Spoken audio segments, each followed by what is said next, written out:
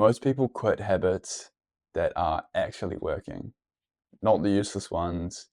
It's the ones that are genuinely holding their life together. And they quit them for reasons that sound stupid when you say them out loud. It stopped feeling like it was doing anything. And I want to tell you why this feeling is a lie. And I'm going to kind of talk about my own experience with it to prove it. Here's the thing, nobody will tell you about a habit once it's working.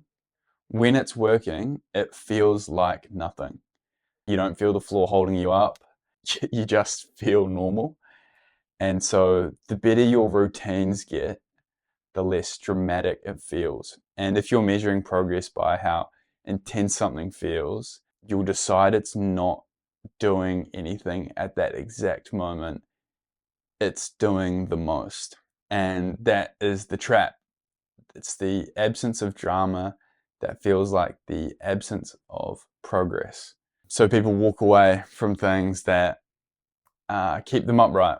I knew this in theory, and then I accidentally ran the experiment. So I am doing this like 100-day thing. Basically, I'm studying a lot of Japanese, I'm training a lot, I'm making videos, and for me it's quite full on.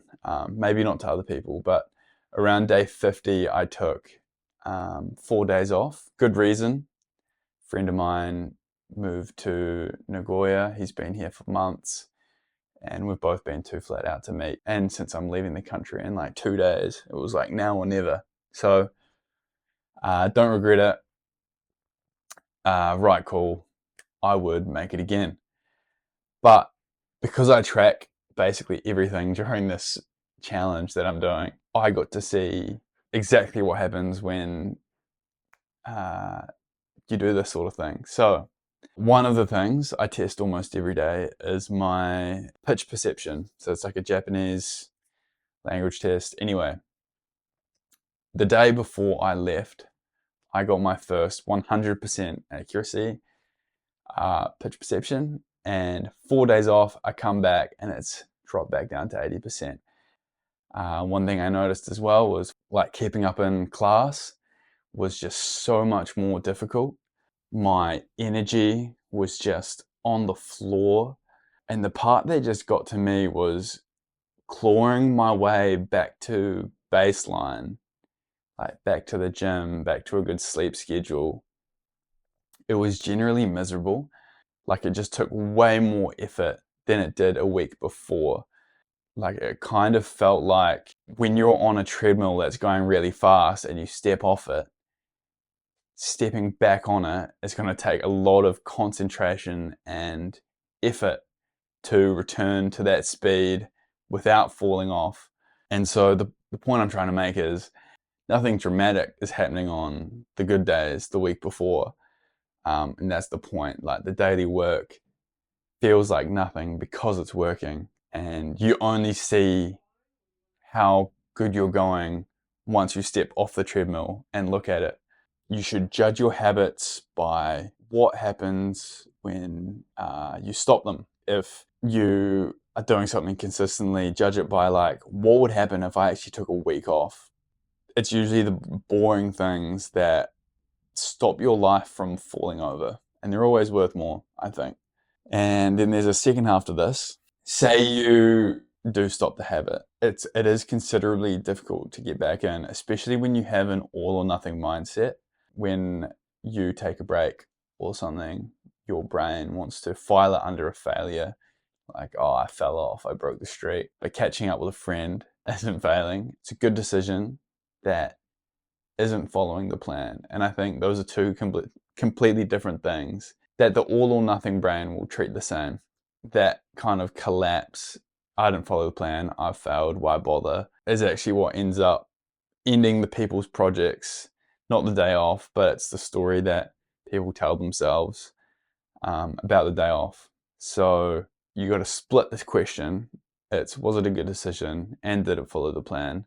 And sometimes the honest answer is good decision, didn't follow the plan. And that's okay. You don't torch a 100-day run because one day didn't fit. I kind of saw this in my own life, especially around nutrition. For me, that's been quite the challenge. I'm trying to cut at the moment. It's not going very well. And I think the all or nothing brain is definitely part of the reason. It's like, oh, I've gone off the meal plan today. I'm gonna indulge a little bit more, and it clearly it shows, and it clearly shows. Another thing is the training. When you look at how slow my progress is, like I'm not seeing the numbers go up as fast. Like because I've got shin pain and back injury, I can't give it everything I can in the gym, and so watching those numbers go up isn't really happening at the moment. But I know that if I stop, it'll just go down. And then my video making, I've shipped less than I wanted. That stings, but I built the boring scaffolding, the systems. But the annoying thing is none of it shows up as a video you can click on. You've kind of just got to watch out that you don't torch everything down because of it. This next little chapter, I'm leaving the country in 2 days. I'm going to Singapore for a week. That's purely for family. And then I have to move into Wellington, and I'll be very busy basically trying to rebuild my foundation from scratch on purpose this time. I'll be off my system completely, and it's not a failure. It's just not following the plan. So here's what I'd leave you with, whatever you're working on. The habit that feels like nothing might be the one doing the most. Don't quit because it's gone quiet, and don't burn down a good run just because something didn't fit the plan. Find out what happens when you stop doing it, and then protect that.